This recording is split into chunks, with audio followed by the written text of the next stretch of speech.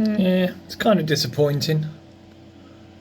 It's 3 to 4 degrees outside, but the wind from the north is making it into like -1, -2, which is why we've got this white fluffy stuff coming down.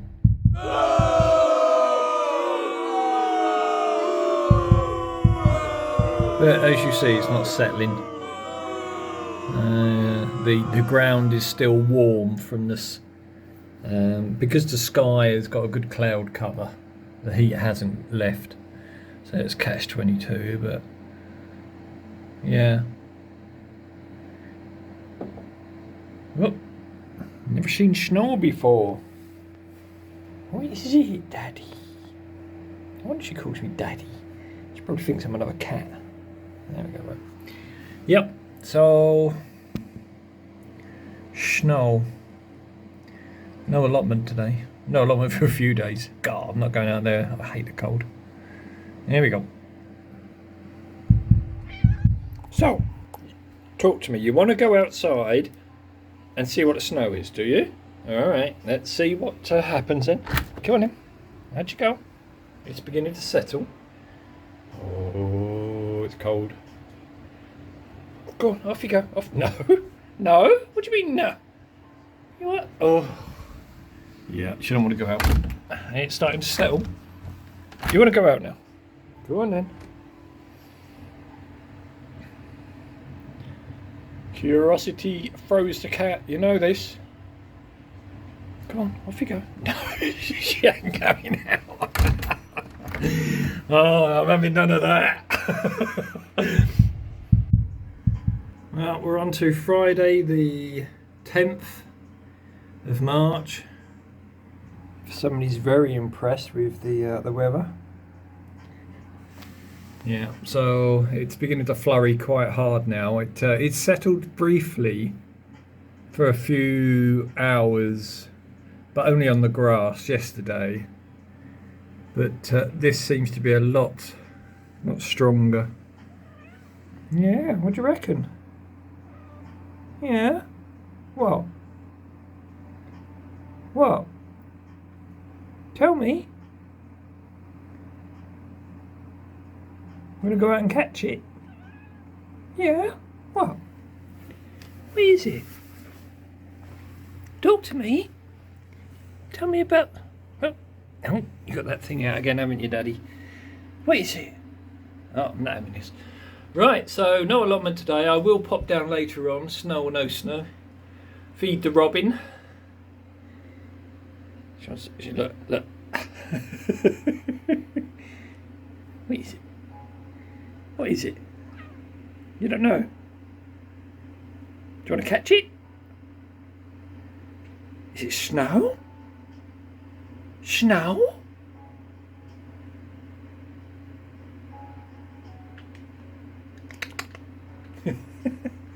What's it doing? You don't know? Come on then. What? You're not having any of that, are you? It's too cold. I've actually got the heating on, so no hat and scarf and everything at the moment.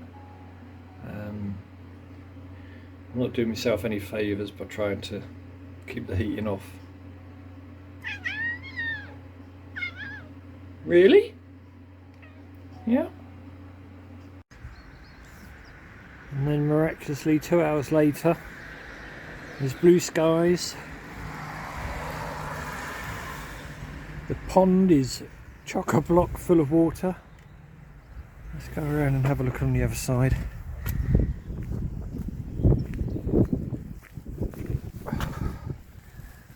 All the bulbs and things beginning to come out.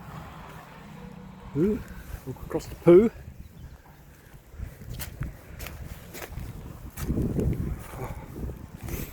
Oh, it's still freezing though in that wind. There we go. Let's have a look at it from this side. Look at that. Looks bluer from the other side with the reflection of the skies. Grey sky there though. The blue's coming through, look at that. Snowing in the morning. Blue blue sky in the afternoon. Everything else pretty much as it was. Just waiting for it to warm up, really. I just fed the birds. No more, there won't be any planting just yet. It's going to be a few more days before I start sowing any seeds. The daffodils on the other side of the railing, they're looking strong. Yeah, can't wait. There we go. No snowing. Oh, birdie. No snowing, but there is snow on the ground. It's -2 outside at the moment. The good news is the warm front is arriving. I said the B word. Oh, tail flicking. Anyway, yeah, so the warm front is arriving. So this means that today it will be warming up, and then we should have 10 days at least, according to the weather forecast, of positive temperatures, no frost and things. So what I'll do is tomorrow it's going to be a little bit warmer. It might even reach double figures, 10 degrees. So I shall be in there.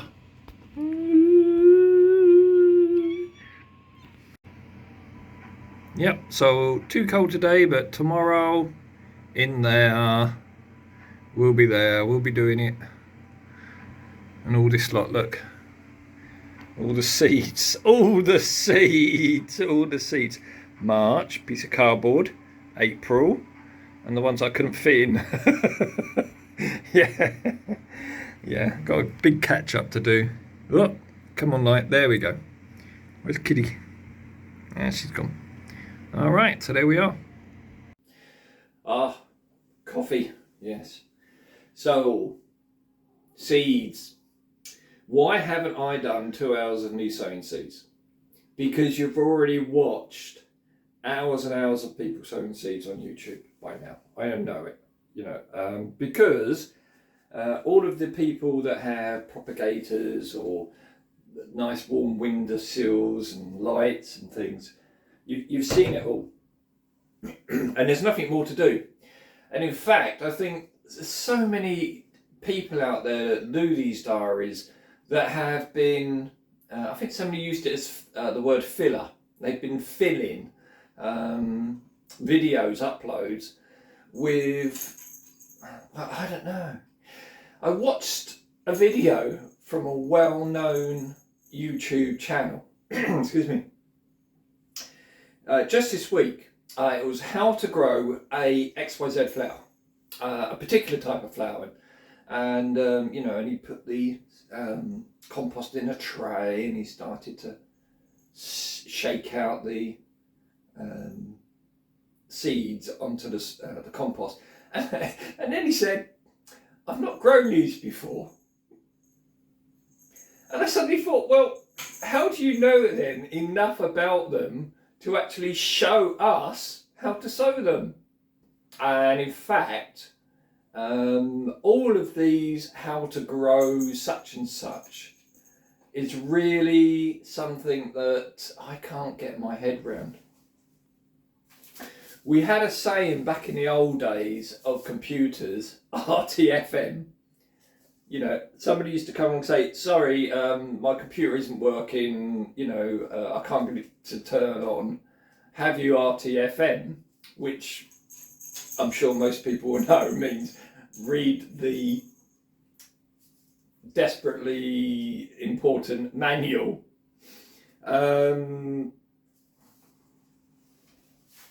Generally, seeds have the instructions on how to actually grow them on the packet.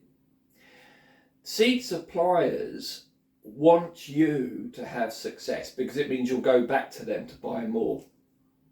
Most of them actually give a guarantee that if you don't get good results, we'll refund it. Certainly Mr. Fotheringills do, says on there, guarantee. So they write down the instructions for the most potentially successful way to grow seeds, because everything is not written in stone with agriculture, with grow your own. There's no way anybody can guarantee 100% that you're going to have a success or that you'll be as successful as somebody else, because there's always going to be a myriad of different possibilities. You might have a different aspect of the sun in your day, so that somebody else gets longer or shorter. It's more shady, it's not so shady.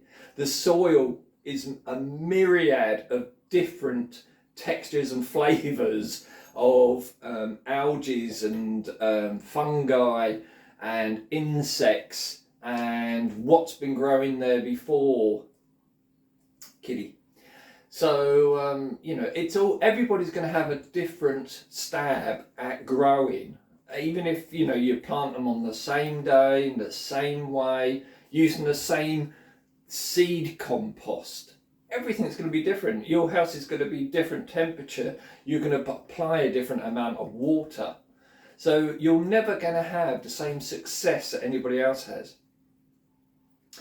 So read the flaming instructions, people, because there are several different ways of actually planting seeds. I mean, the most common is to put compost down, sprinkle the seeds or drop a seed into modules if you're doing modules, and then put a little bit more compost on top, but not all. So always read the seeds, the seed packet, because some don't like having compost on top. So you put the compost down underneath, sprinkle the seeds on, and then leave it. So read the instructions on the packet. And the packet will tell you when and how to grow, but of course I have a different temperature in here, in Norfolk, than somebody say in Yorkshire will, or in Cornwall will. So, you know, these, you have to take all these as a pinch of salt. This is the average. If you're in a nice warm aspect, and actually we have a pretty good climate here, it's comparable to the south of England. So we can plant a little bit earlier in Norfolk than say somebody in central London can, even though it's further south. And likewise, obviously, we can plant a lot earlier than people in Yorkshire and the Midlands. So you have to use local knowledge, experience, trial and error in order to actually know how to grow. So this is all about sowing seeds.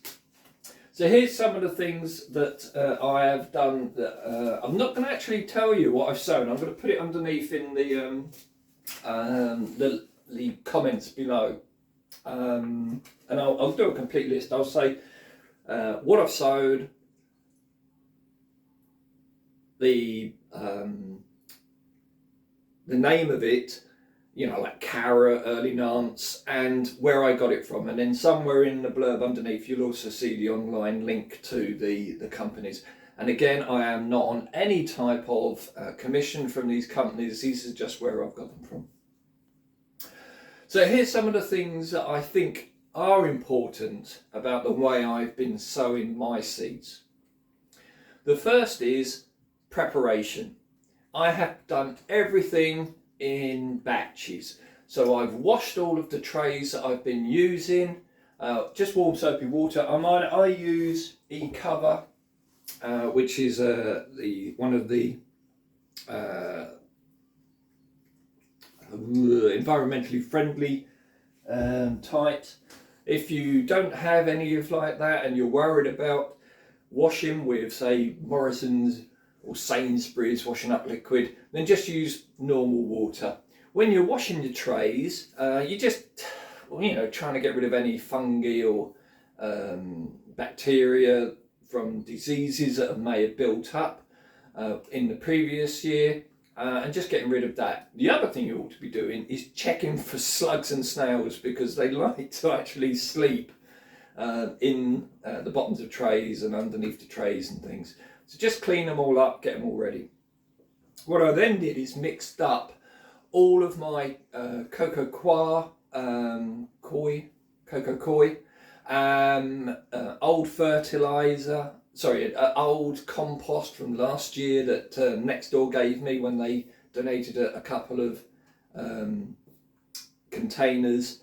I mean, that type of thing is ideal. They had daffodils or something in. That type of thing's ideal because some of the nutrients would have been gone, but you don't need that many nutrients for seeds to germinate them. The seed itself will contain much of what it actually requires, apart from moisture and heat, to actually work. Yeah, the seed itself will contain much of the goodness it needs to actually get going, a kickstart. You obviously want to put it into nutrient-rich potting on compost if you're going to keep it, or instead of planting out. But that's another story. We'll work on that later. So yeah, so I mixed up my cocoa coir. I mixed up the old compost and some general purpose compost as well. Mixed it all up, and I filled all the trays and all the pots that I had going to be using to do composting. So they're all filled up, and it's all done in batches. That way all my hands were dirty for just a one time. Then I left it. I filled up a watering can of water and left that in the greenhouse as well. And then I went away. And the next day, everything was at the greenhouse temperature. All of the compost was at the greenhouse temperature. The water in the watering can was at the greenhouse temperature. Which means when it comes out of the tap, listen, it's at least just above freezing. 4 degrees is the average tap temperature in the UK. That's how the water company actually describe it. 4 degrees centigrade. So it could be that if you've got a greenhouse that's had lots of sunlight at and it's into the 20 degrees, excuse me, voice is going. Having the water at the same temperature as the greenhouse means that the seeds are not likely to get shocked, which improves the chances of their germinating. So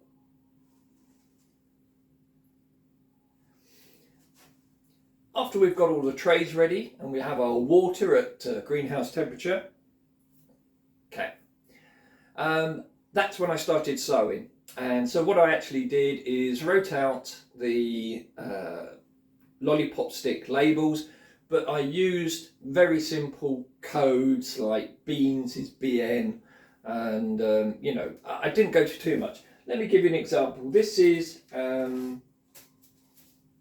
carrot, resist the fly, Tosresis F1. So all I'm going to do there is write carrot, or CAR, car, and then put res.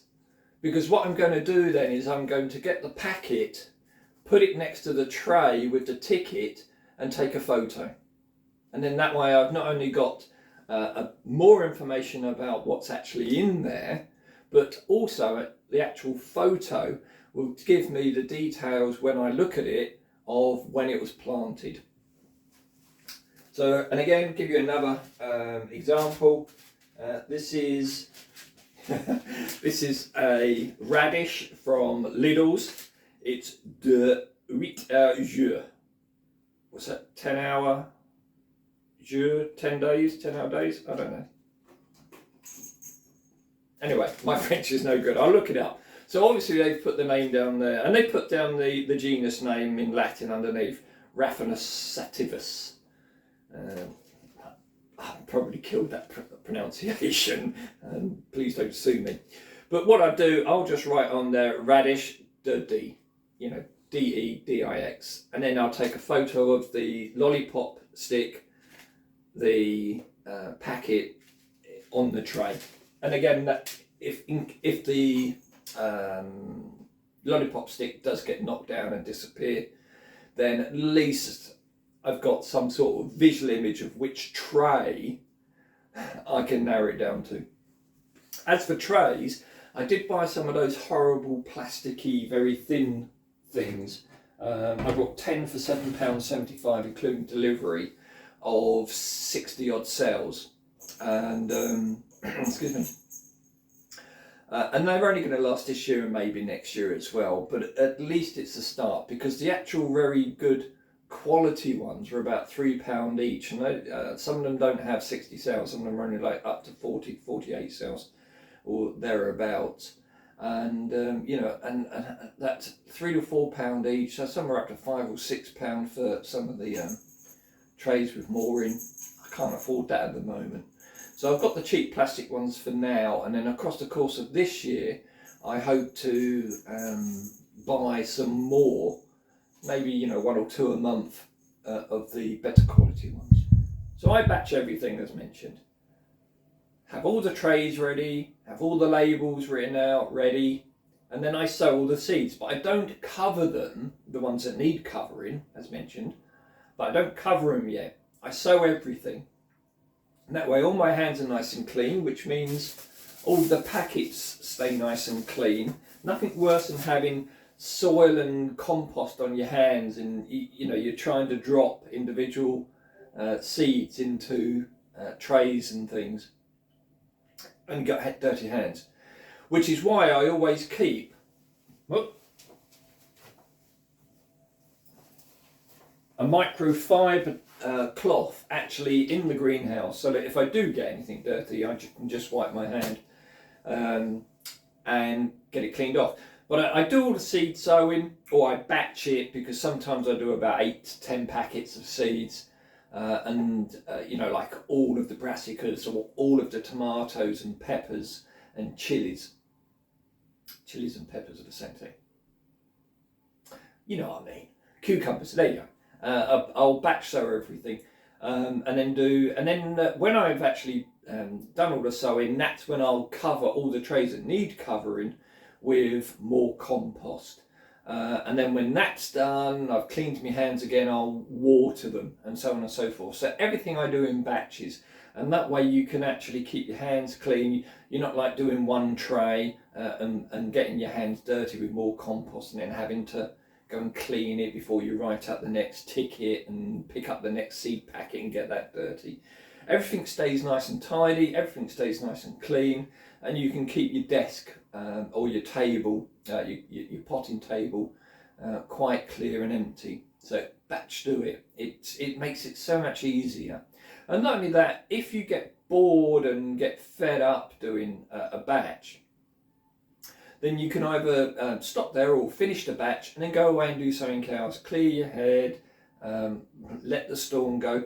One of the things I found in that greenhouse is that because it's that polycarbonate clear plastic, in the wind, and it's been windy, oh my goodness, it makes a lot of noise, and it will suddenly crack as the plastic bends and reaches that point, and crack, makes you jump the whole time. So I found that having like the Galaxy Buds in to listen to music is a lot better than listening to that cacophony of plastic panels sort of banging away. Funny is, I don't hear them in the house, so it's not as though the sound travels, or maybe it travels away from the house because it's jutted on the side of the bungalow. Right, I digress. One of the things I have done is multi-sowing. What is multi-sowing? I'm glad you asked me. Let me explain. So when you have the modules, containers with, you know, like the trays with lots of different compartments in, and you sow into them, there are some plants which don't mind or even benefit from being in a clump with their kin, with more than one of the same type of plant. Now, people multi-sow for several different reasons. The first reason, it increases your chance of germinating in that module. If you have one seed per module and they don't germinate, you know, you got an empty module. If you have more than one, you have obviously twice as much chance, or 4 times as much chance as it germinating, however many seeds you put in there, which means that you don't waste that space, and you can pluck out the ones that you don't want, which is the next reason, and that's actually selecting the strongest seed that germinates to actually grow on. So you can actually, so the first one is the better chance to germinate. The second is you can actually take the strongest seed that germinates if you multi-sow 2 or 3 seeds in there. So if you have a cluster of say 2 or 3 or 4 beetroot, for example, and they're growing away in the soil, one will probably grow larger than the others, and that could be because he's getting more sunlight, because he's in, you know, on the sunny side of the cluster, and he'll grow. So what you can do is that when the time comes, you can pluck him out and leave the 3 smaller ones there, and then one of the others will start to develop more. And this is very likely, and I've seen it so many times. I've actually done it myself in the past, and it does work.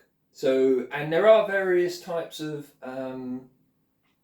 plant that it can work for. Parsnips is another one, carrots is another one, and things, and also greens as well. Things like kale. Kale will do it as well, and there are others as well that will actually benefit. Radish. So multi-sowing. So I multi-sow a lot of the root crops. Mostly, I've only planted actually beetroot out there at the moment. What I do have left here are the rest of my root crops, which are carrots, spring onions, parsnips, that's that pile there, and also the peas as well.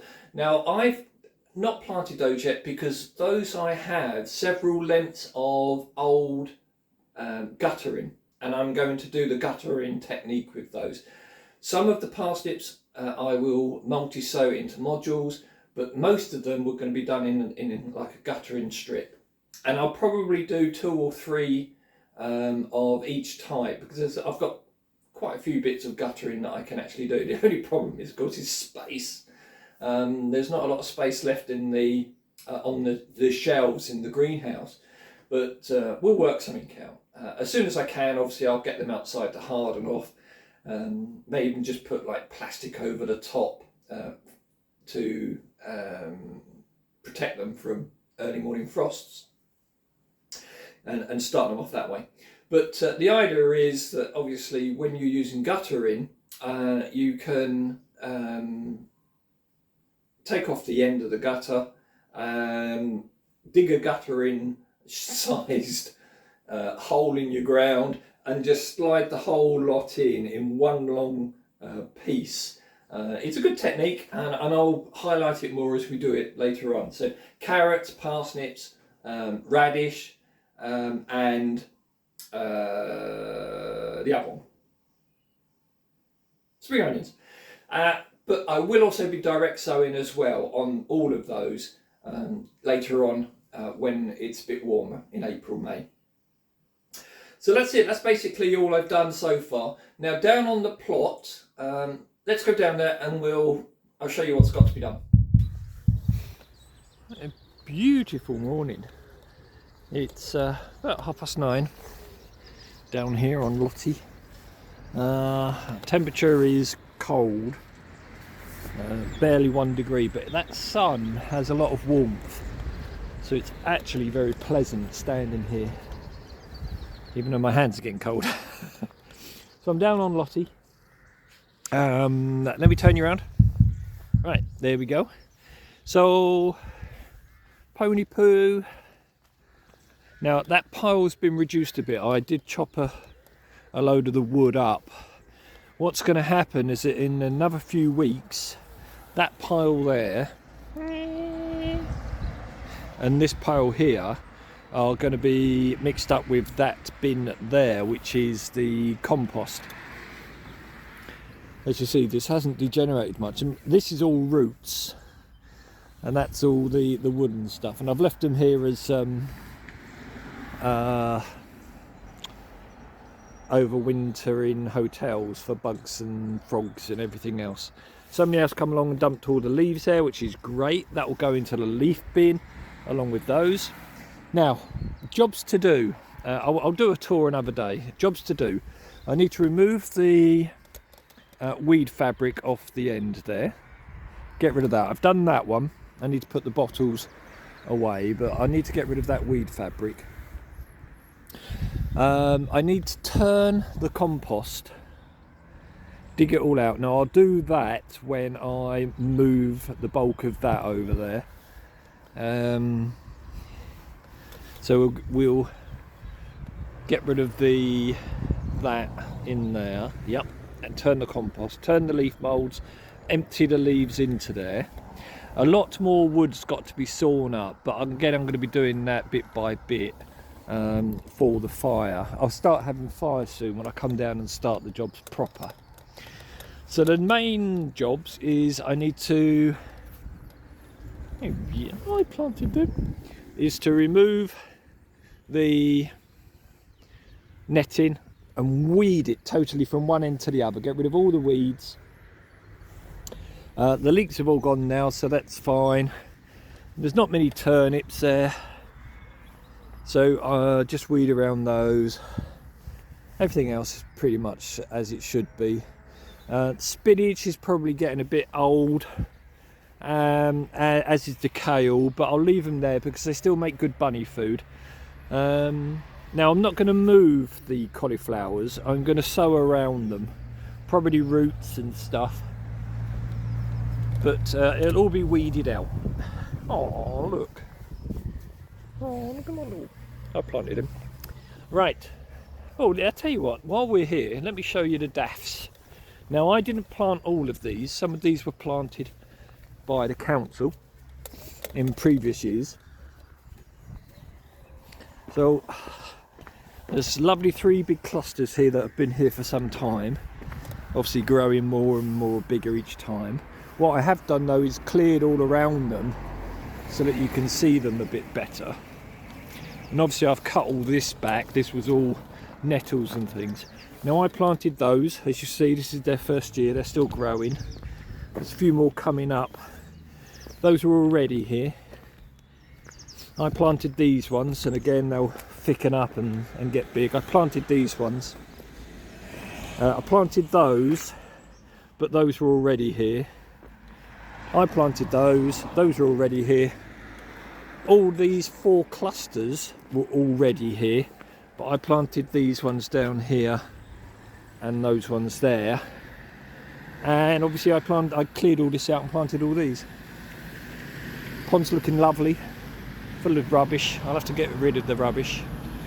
Irises are looking very strong. I planted these irises, so hopefully they'll do well. Yeah, it's a beautiful morning. Let's walk around the other side. You can see the daffs are starting to come up on the borders that I planted.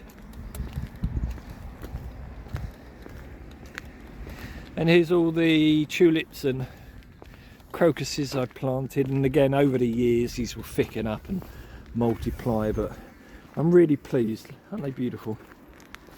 They'll all be coming into flower soon. Well, the daffodils. Here we go. And you see there's the row of daffs that I've planted. So that's a good start to the year with these flowers in. Doesn't it look green and beautiful? Apart from the water, which looks horribly muddy. I love it. Look at that beautiful sunshine. Alright, so jobs. Get the lines in. I need to get rid of the wood there. All of that carpet will flip off. I'll move all of the pony poo that's in there, and all this pony poo and the one up there can all go be packed in there to carry on breaking down when I start planting these. Now I'm going to do away with rotation, so I'm not going to have like brassicas, potatoes and things around there. What I'm going to do, I'm just going to plant where I like. Chances are me planting cabbage here and then cabbage there again next year, minimal, because I'm not planting cabbage, we know that, but you get what I mean. So what I'll probably do is put lettuce in there this year, and then next year it'll be tomatoes, year after that sweet corn, whatever, you know. So I'm just going to plant where there's a gap. I'm not going to worry too much about it. So I want to put the straight lines in the paths. That's another job to do. Get my little paths all straightened out. The leaves need taking off and planting with wildflowers when the warmer weather comes. I need to redo that pea and bean area with the pea sticks.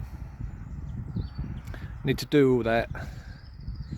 That's about it really. So the bug hotels need to be chopped up and put away, composted. I want to wash the shed down at some point. It looks a bit tatty if you get up close to it. Yeah, that's it really. Things to do.